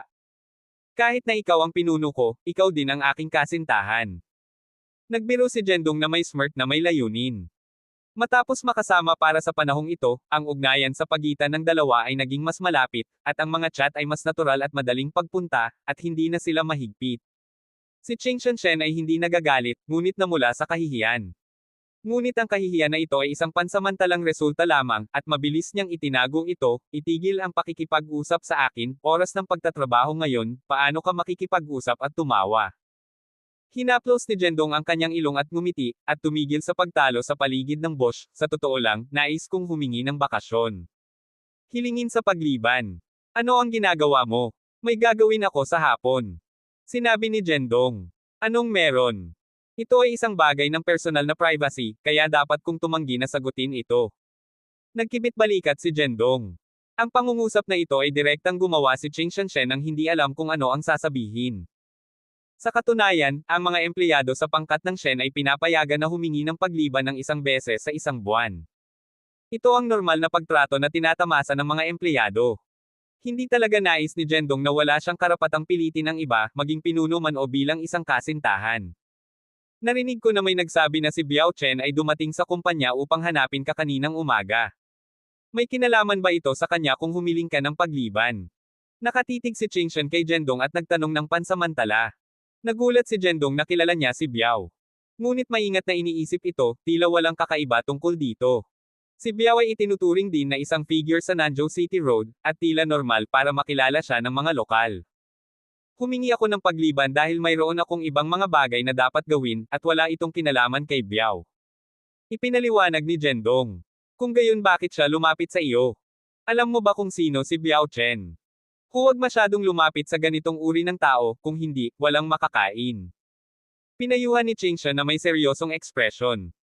Alam niya na si Biao Chen ay naglalaro sa kalsada, at sinabi niya ito dahil nag-aalala siya tungkol kay Jendong, na natatakot na siya ay magdurusa na makasama ang mga tao sa kulay abo na lugar na ito.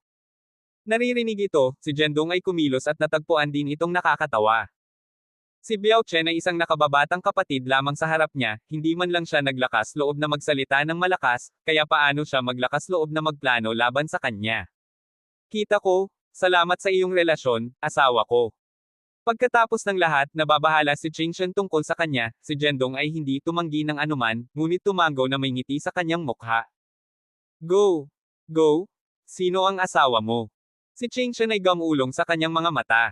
Sinabi niya ang mga kasuklam-suklam na salita, ngunit masasabi ni Jendong na hindi talaga siya galit. Matapos makakuha ng pahintulot mula kay Ching Shen, ang pangkalahatang tagapamahala, si Jendong ay naglakad palabas ng kumpanya. Sumakay siya ng taxi at dumiretso sa address na minarkahan sa ilalim ng sulat ng paanyaya. Sa ibabaw, ito ay isang ordinaryong club na libangan, ngunit sa loob nito ay isang lugar na puno ng langit at lupa. Sinundan ni Jendong ang itinuro sa kanya ni Biao. Matapos pumasok sa clubhouse, unang dumating si Jendong sa isang silidno. 888. Matapos ipakita ang kanyang sulat sa paanyaya, dinala siya ng mga kawani sa ilalim ng isang lihim na daanan. Hindi tulad ng entertainment club sa itaas, ang underground ay isang ganap na naiibang eksena. Mayroong isang arena ng pakikipaglaban sa gitna ng malaking arena. Sa oras na ito, ang dalawang muscular na lalaki na may malakas na tangkad ay mabibangga sa kanilang mga kamao at paa sa arena. Sa bawat suntok ng dalawang mandirigma, ang eksena ay sesubog sa masigasig na kaguluhan. Cheers! Ang ilang mga nasa sabik na tao kahit na sumayaw na may kaguluhan. Ito ay lumiliko sa ilalim ng lupa, hindi nakakagulat na ang mga ordinaryong tao ay hindi makakapasok. Si Jendong ay nagbulong sa kanyang sarili. Ang entertainment club sa itaas ay talagang isang takip, ito ay para sa mga ordinaryong panauhin, at ang underground boxing gym sa ibaba ay ang tunay na bagay. Kailangan kong sabihin na ang Aokikon House ay talagang mahusay sa pagpapatakbo. Ang kapaligiran dito ay lubos na aktibo, at maaari itong pukawin ang pinaka-primitive na uhaw na pakiramdam sa mga puso ng tao sa sandaling pumasok ka. Bukod dito, napansin ni Jendong na ang dalawang boksingero sa ring ay mga ordinaryong tao. Sa pag-iisip tungkol dito, ang tugma sa boxing ay hindi dapat matagal nang nagsimula ito. Sa ngayon, ito ay ilan lamang sa mga ordinaryong boksingero na nakikipaglaban sa ilang mga tugma sa pag-init. Tulad ng para sa mga martial artist level duels, dapat silang maging finale sa likuran. Mapahamak ito, tingnan mo kapatid na Jijuan, hindi ba iyon ang bata na nagngangalang Jendong Ye? Ye! Ito talaga siya, bakit siya narito? Sa masiglang auditorium sa oras na iyon, dalawang pamilyar na mga bilang ang nakita ang pagdating ni Jendong. Sila ay sina Heng Gigao at Jijuan Huang. Ito ang pagkakataon natin. Napansin din ni Jendong sina Henggi at Jijuan na nakatingin sa kanya, at agad silang sumimangot. Hindi ba ang dalawang matalik na kaibigan ni Hangbo? Dahil narito sila, nandito din si Hangbo. Sa pag-iisip nito, hindi mapigilan ni Jendong ang pag-iling ng kanyang ulo at ngumiti, siya ay talagang narito ngayon na darating at makita, hindi niya inaasahan na matugunan ang mga taong ito, talagang isang makitid na kalsada. Kabanata 19. May malisyosong hangarin. Sina Heng Gigao at Jijuan Huang ay nagpalitan ng sulyap bago maglakad patungo kay Jendong. Well, kung hindi ito ang aming PNS na si Jendong. Kahit na ang mga uri ng panitikan ay darating upang manood ng mga tugma sa boxing sa mga lugar na tulad nito. Lumapit si Hengi na may nakangiting-ngiti. Madaling sabihin ni Jendong na ang taong ito ay naiinis. Hindi siya nasaktan, bagaman. Sa halip, sumagot siya ng may ngiti, ang mga tugma sa boxing ay hindi lamang para sa mas mababang klase. Sino ang nagsabing hindi mapapanood sila ng mga piyaniste? Sinasabi mong mas mababa ako sa klase. Nagalit si Hengi, na itinuro si Jendong. Nagkibit balikat si Jendong. Hindi ko sinabi iyon. Kung sa tingin mo ay mas mababang klase ka, iyon ang iyong sariling problema. Ikaw. Hengi, lahat tayo ay magkaibigan dito. Nagbibiro lang sa iyo. Bakit ka naiinis? Humakbang si Jijuan Huang upang pakalmayan si Hengi. Habang nagsalita siya, binigyan niya si Hengi ng isang makabuluhang tingin, at naintindihan ng huli at pinigilan ang sumpa na sasabihin niya. Ginoong Ye, si Hang Bo-shen ay nasa boxing gym din. Bakit hindi tayo pupunta at kumustahin? Ngumiti si Jijuan Huang at pinalawak ang isang paanyaya kay Jendong. Nahulaan na ni Jendong na nandoon si Hang Bo-shen, kaya hindi siya nagulat. Gayunpaman, maaari niyang maramdaman ang isang pahiwatig ng kawalang katiyakan mula kay Jijuan Huang na tila magalang ngunit talagang medyo peke. Ang isang weasel na nagbabayad ng respeto ng bagong taon sa isang manok dapat ay mayroon siyang ilang ulterior motive. Okay, dahil inanyayahan ako ni Brother Huang ng mainit, umalis na tayo at tingnan.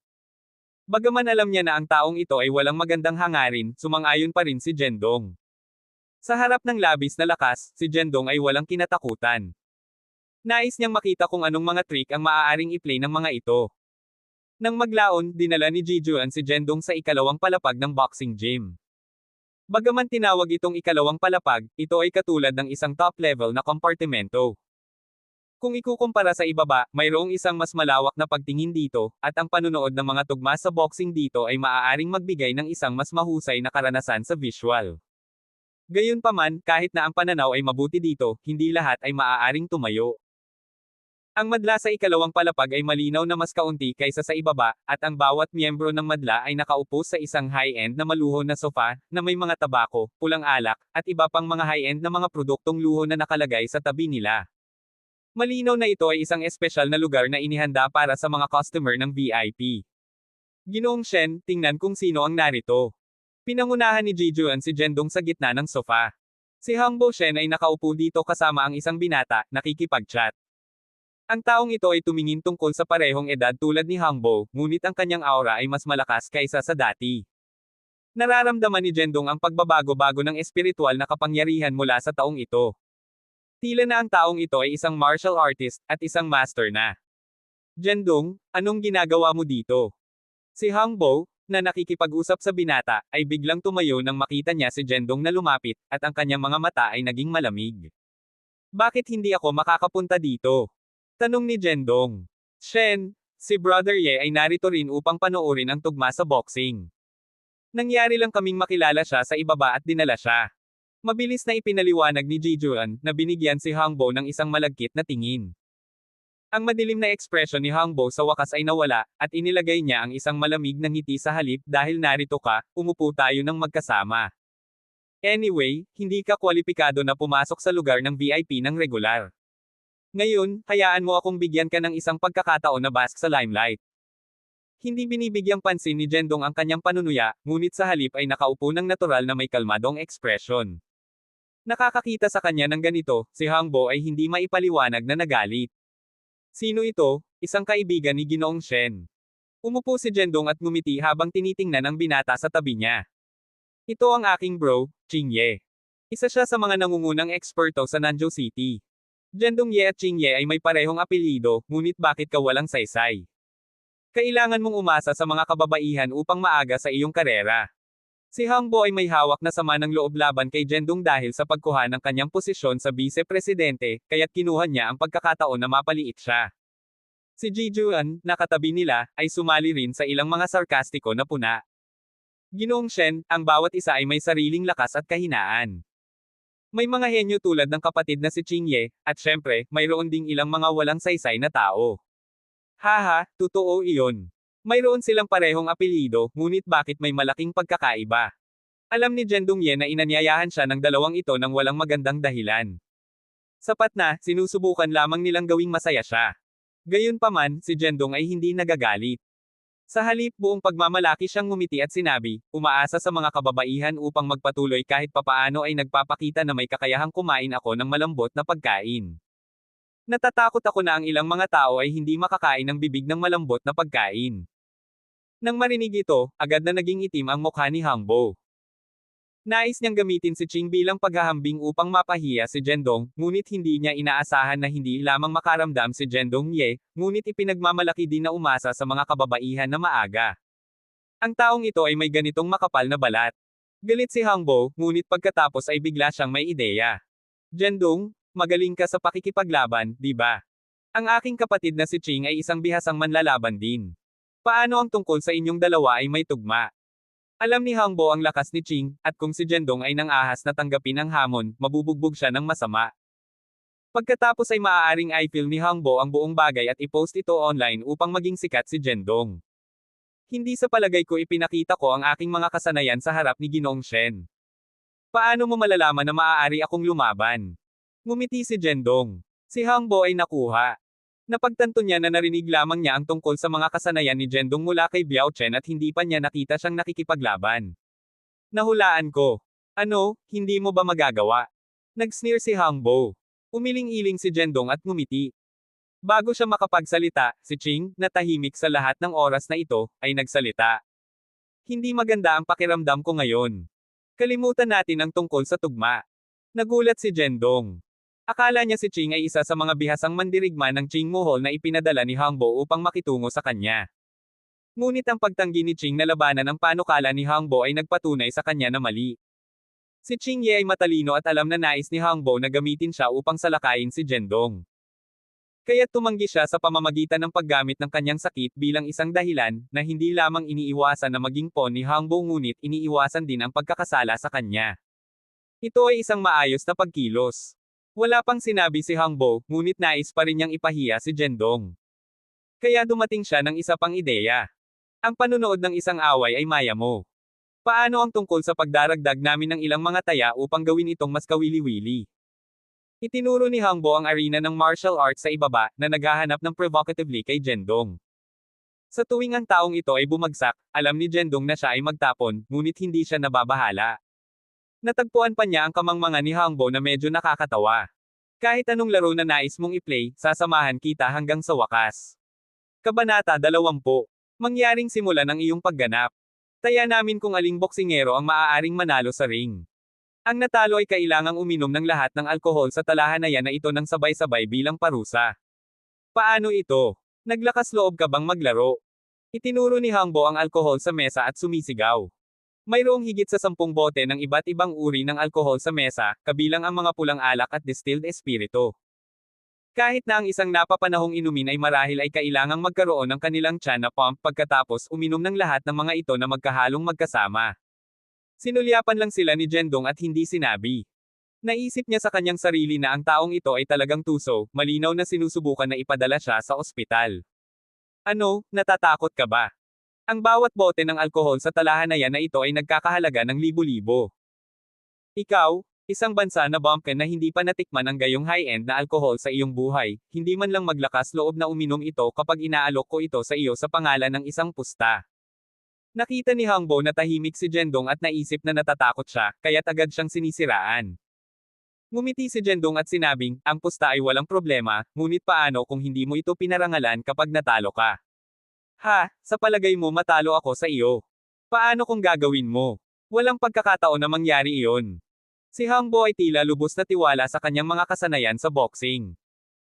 Matapos siyang magsalita, natatakot siya na hindi sumasang-ayon si Zhendong, kaya idinagdag niya, kahit na talagang nangyari ang sinabi mo, maraming tao ang nanunood, lahat sila ay maaaring magpatotoo. Ang lugar ng VIP sa ikalawang palapag ay napopulasyon na, at nang sadyang itinaas ni Hangbo ang kanyang tinig, ang nakapalibot na madla na nanunood ng tugma sa boxing ay nagtipon din sa paligid.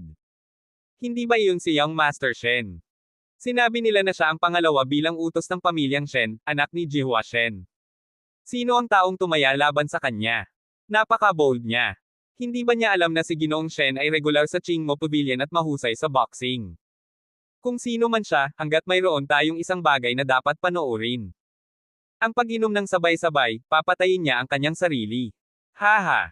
Ang lahat ng mga manunood ay nagkaroon ng isang watch the show mentality, at halos lahat ay nasa panig ni Hang Bo-shen. Okay, dahil interesado si Ginoong Shen, maglaro ako sa iyo. Ang bibig ni Jendong ay curly, at pagkatapos ay tiningnan niya ang dalawang boksingero na nakikipaglaban sa entablado. Kumuha lamang ng isang casual na sulyap, tinuro niya ang pulang sulok na boksingero at sinabing, tumaya ako sa pulang sulok upang manalo. Red corner. Haha. Alam mo ba kung paano tumaya sa boxing? Ang asul na sulok ng boksingero ay may kalamangan sa parehong kasanayan at braso. You don't even know the most basic boxing knowledge, and you dare to play with me. Sa sandaling natapos ni Jendong ang pagsasalita, tumawa si Hangbo at pinaglaruan siya. Hindi lamang sa kanya, ngunit ang nakapalibot na madla na nanunood ng palabas ay sumali rin sa talakayan. O Diyos ko, ang taong ito ay isang baguhan. Malinaw na ang asul na sulok ay may mas mataas na pagkakataon na manalo. Sumangayon siya kaagad, naisip kong magaling siya. Lumiliko na siya ay tulala lamang. Walang sino man ang may mataas na pag-asa para kay Jendong sa una, at ngayon na pinili niya ang pulang sulok na boksingero, naisip ng lahat na matatalo siya ng sigurado. Sa totoo lang, ang sinabi ni Jendong ay hindi mali. Sa mga tuntunin ng lakas at kasanayan, ang asul na sulok ng boksingero ay talagang mas mahusay, ngunit nakita lamang nila ang labas, habang nakita ni Jendong ang loob. Naramdaman niya ang paghinga ng asul na sulok ng boksingero na mabilis na hamina, na malinaw na isang tanda ng kakulangan ng tibay. Ang ganitong uri ng boksingero ay maaaring magkaroon ng labis na pakinabang sa mga unang yugto, ngunit sa sandaling hindi nila natalo ang kanilang kalaban sa isang maikling panahon, sila ay karaniwang napapahamak na mawala. Siyempre, hindi alam ni Hangbo ang lahat ng ito. Orihinal na naisip niya si Jendong, at kahit ano paman, nais niyang manalo siya kung pinili niya ang manlalaban ng asul na koponan. Ngunit hindi niya inaasahan na pipiliin ng batang ito ang manlalaban ng Red Team, na naisave sa kanya ang pagsisikap na subukang manalo siya. Ikaw maliit na brat, lalaban mo ako. Makikita ko kung paano ka mamatay mamaya. Naisip na ni Hangbo si Jendong na magsusuka at madrag sa ospital para sa gastric lavage at infusion ng asin. Ang pag-iisip lamang tungkol dito ay naging masaya siya. Kapatid na Ching, bihira para sa atin na magkasama. Paano ka rin maglagay ng pusta? Sa puntong ito, inilagay ni Hangbo ang isang nakangiting mukha at lumingon kay Ching. Bagaman naramdaman niya na nanalo na siya, kung si Ching ay maaaring maglagay ng isang pusta, tiyak na gagawin nitong mas mawawala ang bata. Hindi ako magsusugal. Kayong dalawa ay maaaring magpatuloy sa paglalaro. Ngumiti si Ching Ye at muling tumanggi sa panukala ni Hang Bo Shen. Si Hangbo ay medyo nabigo, ngunit hindi niya sinabi kay Ching. Bilang batang master ng pamilyang Shen, ang kanyang pagkakakilanlan ay lubos na nakakatakot sa mga ordinaryong tao, at ang karamihan sa mga tao ay mag-flatter at sundin siya. Ngunit sa harap ni Ching, ang kanyang pagkakakilanlan ay tila hindi sapat. Sa kabila ng pagtanggi sa oras at oras muli, si Hangbo ay hindi nagpakita ng anumang hindi kasiya siya. Nagulat ito kay Jendong. Tila hindi simple ang background ng taong ito. Nagpatuloy ang tugma, at ang mga mata ng lahat ay naaayon sa ring.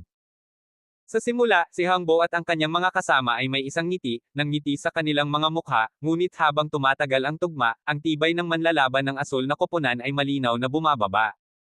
Ang kalamangan na dati nilang hawak ay matagal nang nawala, at sila ay naging mas pasibo. Paano? Paano ito mangyayari? Malinaw siyang nanalo ngayon. Nagpanik si Hangbo, ang pawis ay nagsisimula na sabid sa kanyang noo.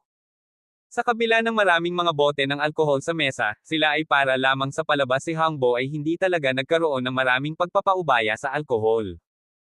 Kung nawala siya at kailangang uminom ng lahat ng ito, hindi lamang ito magiging isang bagay upang makuha ang kanyang tiyan na pump, maaaring kailangan niya ng isang buong bagong tiyan. Ang sitwasyon ay hindi maganda. Maaari bang talagang nahulaan ang bata?